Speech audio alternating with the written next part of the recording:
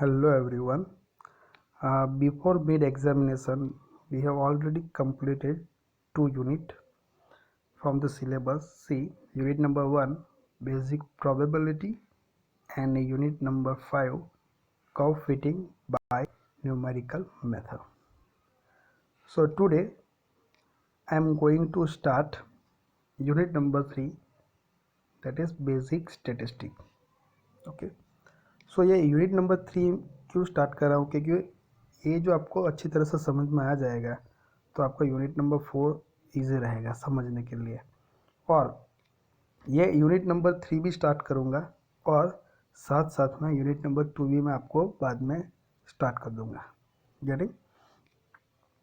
तो unit number 3 में हम पहले क्या देखेंगे, ये जो सारे टॉपिक हमें पढ़ने हैं तो उसमें हमें ज़रूरत पड़ेगी किसकी, जो बेसिक 3 मेथड है वो मेथड क्यों यूज़ होती है, तो एवरेज निकालने के लिए।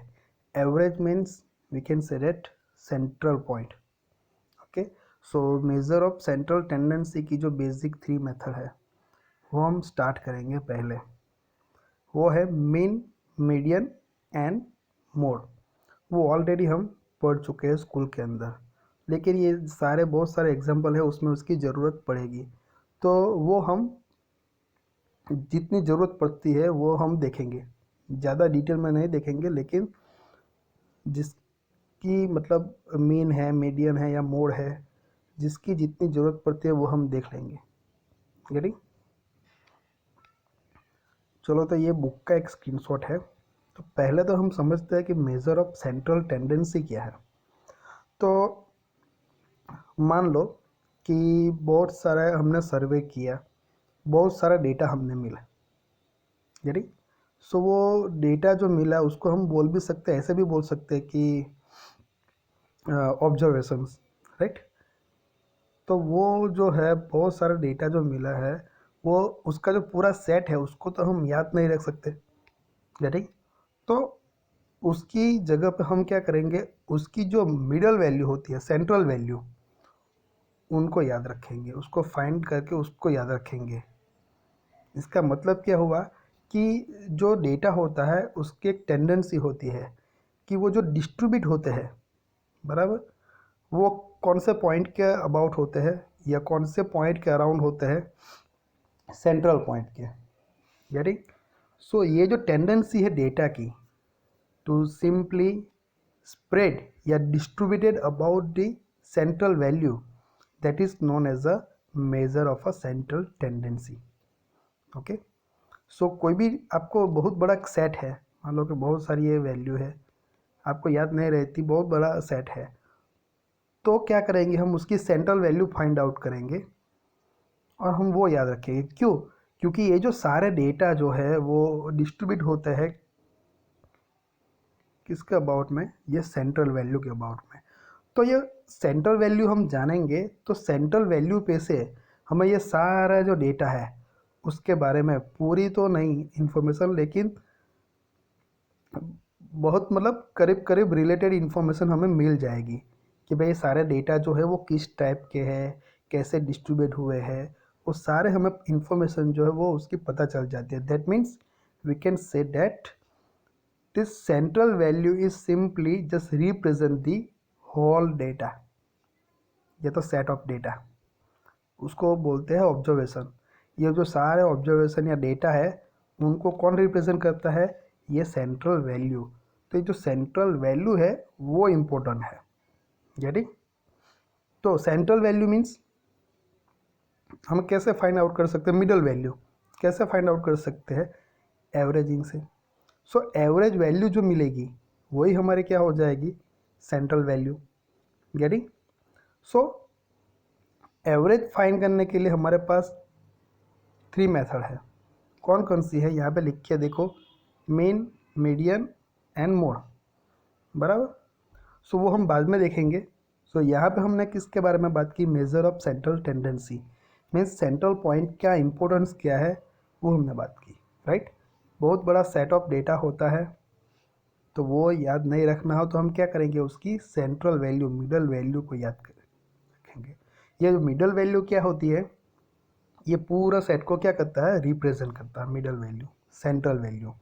ओके, और ये जो सारे ये सेट में जो बहुत सारे डेटा होते हैं वो भी ये सेंट्रल वैल्यू के अराउंड या अबाउट में डिस्ट्रीब्यूटेड होते हैं। गेटिंग? सो सेंट्रल वैल्यू कैसे फाइंड आउट करते हैं? सिंपल, जो भी डेटा दिया हुआ है उसका एवरेज निकाल के। ओके, सो यहाँ पे लिखा है देखो, for quantitative data there is a tendency of data to be distributed about a central value which is typical value and is called measure of central tendency। Okay, जो मैंने बोला वही है, यहाँ पे ऑल लिखा है देखो definition, any statistical measure which gives an idea about the position of the point round which other observation cluster is called measure of central tendency। कि पूरा जो एक सेट है, क्लस्टर है ऑब्जर्वेशन का, बहुत बड़ा, मान लो बहुत बड़ा सेट है ये, लेकिन उसका जो एक मिडल पॉइंट है, ये मैंने सर्कल किया, वो एक पॉइंट जो है वो सारा जो क्लस्टर है उसका हमें आइडिया देता है, इंफॉर्मेशन देता है, राइट? तो उसको क्या बोलते हैं? Measure of central tendency. So ये बात हुई बेसिक। अब जो मैंने बोला, ये जो डेटा है, सेट ऑफ डेटा, या we can also say that observation या पॉपुलेशन, वो जो है डेटा है वो कौन कौन से टाइप के होते हैं वो हमें पहले देखना पड़ेगा, क्योंकि हम मीन, मीडियन या मोड मेथड देखेंगे तो वो डेटा पे डिपेंड करती है, कैसे उसको फाइंड आउट करना है, कौन सी फॉर्मूला हमें यूज़ करनी है, which is depends upon the data, which type of data are given. Okay, so data जो डिस्ट्रीब्यूट होता है वो किस टाइप का होता है डिस्ट्रीब्यूशन, वो हम पहले देखेंगे, आगे एग्जांपल या मेथड हम देखें उससे पहले। तो देखो बेसिक सा है, ये जो डेटा का जो डिस्ट्रीब्यूशन होता है वो कौन कौन से टाइप का होता है? बेसिकली दो टाइप होते हैं, एक तो अनग्रुप डेटा होता है और दूसरा क्या होता है, ये ग्रुप डेटा होता है। अब जो ग्रुप डेटा होता है वो ग्रुप डेटा भी दो टाइप के होते हैं। पहला है ये discrete frequency distribution and second continuous frequency distribution. So हमें एग्जैक्टली वो पता लगाना है कि जो डेटा है वो पहले तो ये सिलेक्ट करना है कि भाई ग्रुप टाइप है या अनग्रुप टाइप है। चलो अनग्रुप टाइप है तो कोई बात नहीं, लेकिन ग्रुप टाइप है तो हमें फिर से देखना होगा कि वो डिस्क्रीट फ्रीक्वेंसी डिस्ट्रीब्यूशन में है या कंटिन्यूस फ्रीक्वेंसी डिस्ट्रीब्यूशन में है। ओके, सो वो क्या होता है वो आपको पता ही होगा, लेकिन हम एक बार उसको देख लेते हैं कि बाद में हम बहुत सारे जगह पे हर एक एग्जांपल में हम ये वर्ड यूज़ करेंगे, तो एग्जैक्टली आपको पता होना चाहिए कि ये कौन से टाइप के डेटा है। और ये डिस्क्रीट कंटिन्यूस के बारे में जो रैंडम वेरिएबल हमने पढ़ा था तब भी हमने बात की थी, यानी। तो देखो यहाँ पे एक एग्जांपल दिया हुआ है कि consider the marks obtain by 10 students in the mathematics test are given below. तो ये 10 स्टूडेंट के मार्क्स दिए हैं हमें। ओके, सो ये एक डेटा हो गया, ये सिर्फ मार्क आ गए मैथ्स के। 10 स्टूडेंट है तो भाई एनरोलमेंट नंबर 1 है उसका 55 है, दूसरा स्टूडेंट का 35 है, 95 है, 73, ये मतलब डायरेक्टली मार्क दे दिए स्टूडेंट के, 10 स्टूडेंट के। तो यहाँ पे कुछ और दिया नहीं है तो उनको क्या बोलते हैं, ये अनग्रुप डेटा है। उसके कॉरस्पेंडिंग कोई वैल्यू दी है, कुछ वैल्यू नहीं ली है। मैंने बोला कि भाई ये एनरोलमेंट नंबर 1 के इतने, एनरोलमेंट नंबर भी नहीं दिए, सिर्फ हमें क्या दिया हुआ है, जो 10 स्टूडेंट ने मैथ्स में की जो टेस्ट थी उसमें कितने मार्क गेन किए हैं, ऑब्टेन किए हैं, राइट? सिर्फ मार्क्स दिए हैं और कुछ डेटा दिया नहीं। तो इस टाइप का जो डेटा होता है only we can say that given observation या डेटा डायरेक्ट दिया होता है ऐसे ही, तो उसको क्या बोलते हैं, अनग्रुप डेटा है, वो किसी के साथ ग्रुप में नहीं है। ओके, तो इनको बोलते हैं अनग्रुप डेटा, इस टाइप का डेटा हो तो। अब हम बात करते हैं ग्रुप डेटा के बारे में। ग्रुप डेटा में भी दो टाइप के होते हैं, वो भी हम एग्जाम्पल के थ्रू हम उनको समझेंगे। तो देखो यहाँ पे एक एग्जांपल दिया है, कंसीडर द मार्क्स। अब मार्क्स कितने में से है, 100 में से, by 30 student of class 12 of a school. So ये 30 स्टूडेंट के मार्क्स है। अब ये 10 स्टूडेंट के मार्क्स थे, तो उसको बताना, उसको रिप्रेजेंट करना है डेटा डिस्ट्रीब्यूशन को, वो इजी रहता है। अब ये 30 है तो ये थोड़ा ज़्यादा हो गया, तो उनको हम क्या करते हैं कि डिवाइड कर देते हैं 2 पार्ट में। मतलब किस तरह से, एक तो यहाँ पे बताया टेबल बना देते हैं, उसमें लिखते हैं एक्स एंड दूसरा क्या है एफ। ओके, ये एफ का मतलब क्या होता है यहाँ पे, फ्रीक्वेंसी।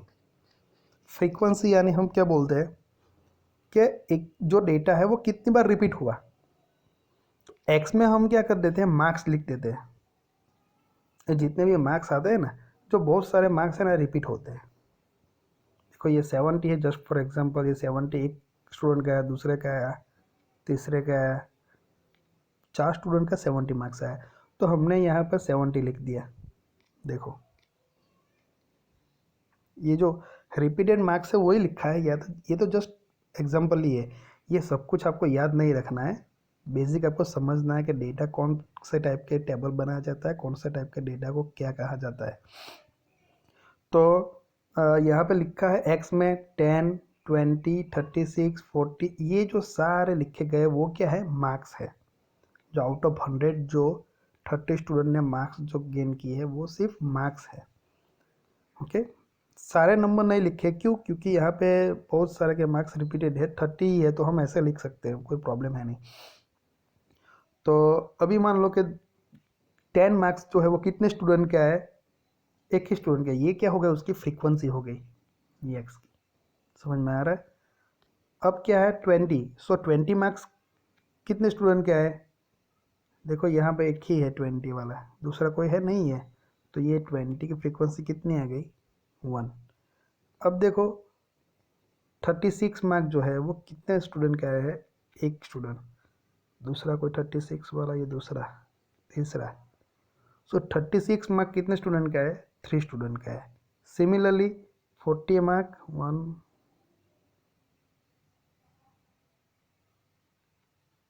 यहाँ पे 2, 3,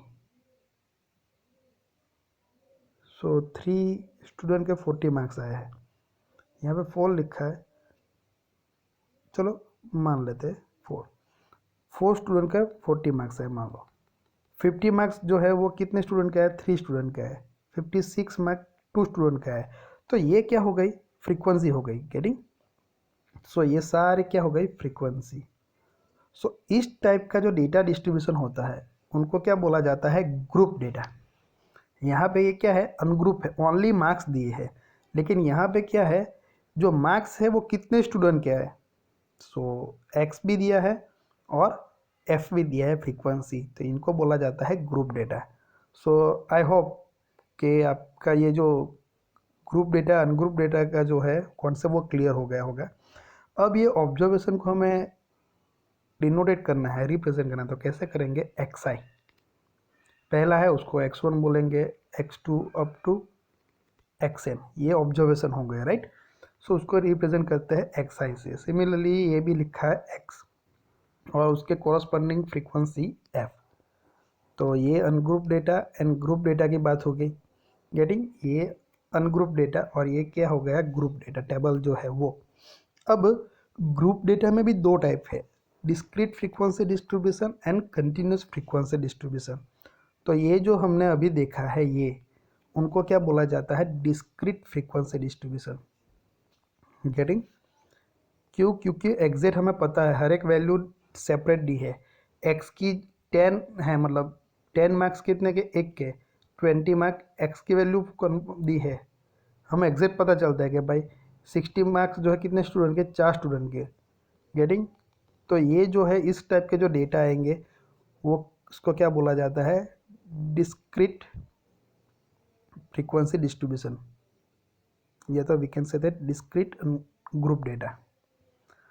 हमें डिस्क्रीट है या कंटिन्यूस है, ग्रुप है या अनग्रुप है, वो पता लगाना है। तो सिंपल ऐसे दिए है तो अनग्रुप, ये टेबल में ऐसे जो है एक्स एंड एफ की वैल्यू दी है तो ग्रुप सिंपल है। और ग्रुप में दो पार्ट है, डिस्क्रीट एंड कंटिन्यूस, तो ये क्या हो गया हमारा डिस्क्रीट। अब हम बात करते हैं, देखो एक और एग्जांपल, पहले 10 स्टूडेंट लिए थे उसके मार्क्स थे तो वो डायरेक्ट लिख दिए तो अनग्रुप डेटा में। 30 स्टूडेंट थोड़ा ज़्यादा हो गए तो उसके मार्क्स को हमने एक्स एंड फ्रीक्वेंसी में डिवाइड कर दिया। मतलब कौन से टाइप के डेटा थे, ग्रुप डेटा थे लेकिन वो डिस्क्रीट टाइप के थे। अब कंटिन्यूस किसको बोलते हैं वो आप समझते हैं। तो देखो यहाँ पे क्या है, देखो 100 plants each were planted in 100 school during 1 महोत्सव। After 1 month the number of plants that survive were recorded as. So यहाँ पे ये नंबर ऑफ जो प्लान है वो लिखे हैं कितने, 100 के।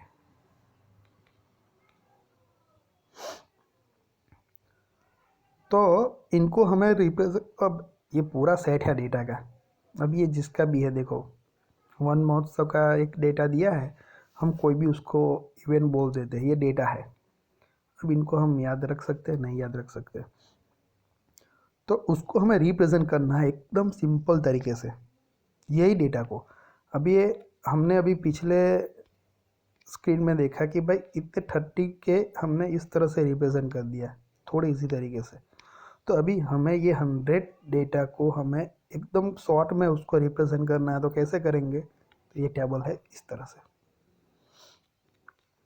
अभी मान लो यहाँ पे तो ऐसा लिखा है लेकिन मैं आपको शॉर्ट में बताता हूँ कि हमने वो मार्क्स वाला, ये मार्क्स ही ऐसे समझ लो।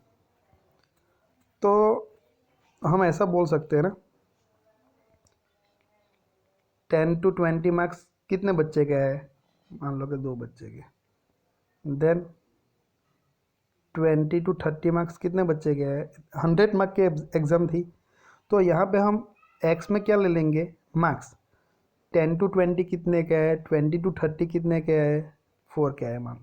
30 to 40 कितने का है, देन 40 to 50 कितने का है, 3 बच्चे का है, ये 5 बच्चे का है।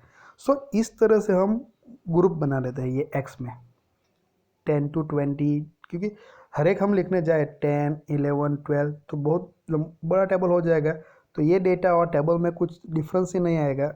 उसको हम एकदम इजी तरीके से उसका जो डिस्ट्रीब्यूशन है डेटा का वो हमें बताना है अभी।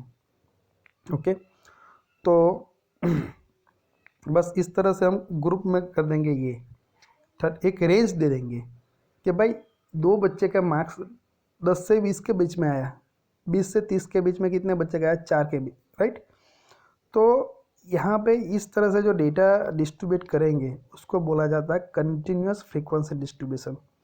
देखो यहाँ पे इस तरह से ये रेंज दी है, हमने इनकी जगह पे मार्क्स ले लिया 10 to 20, 20 to 30, ये क्या आ गया हमारा एक्स आई।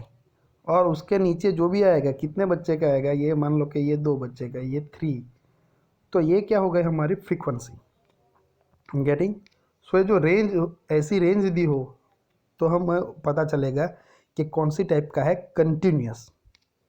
यहाँ पे ओनली ये 22.5 to 29.5 है, उसकी जगह पे ऐसा ही दिया हो 22.5 पे 3, तो ये क्या हो जाएगा डिस्क्रीट। लेकिन यहाँ पे क्या है, एक रेंज दी है 22.5 to 29.5। So this type of distribution is known as the continuous frequency distribution। और ये जो दिए होते हैं ना ये रेंज, इनको क्या बोला जाता है, क्लास, ये याद रखना। ओके, सो ये x की वैल्यू नहीं दी है रेंज, ये क्या दिया हुआ है, क्लास दिया हुआ है।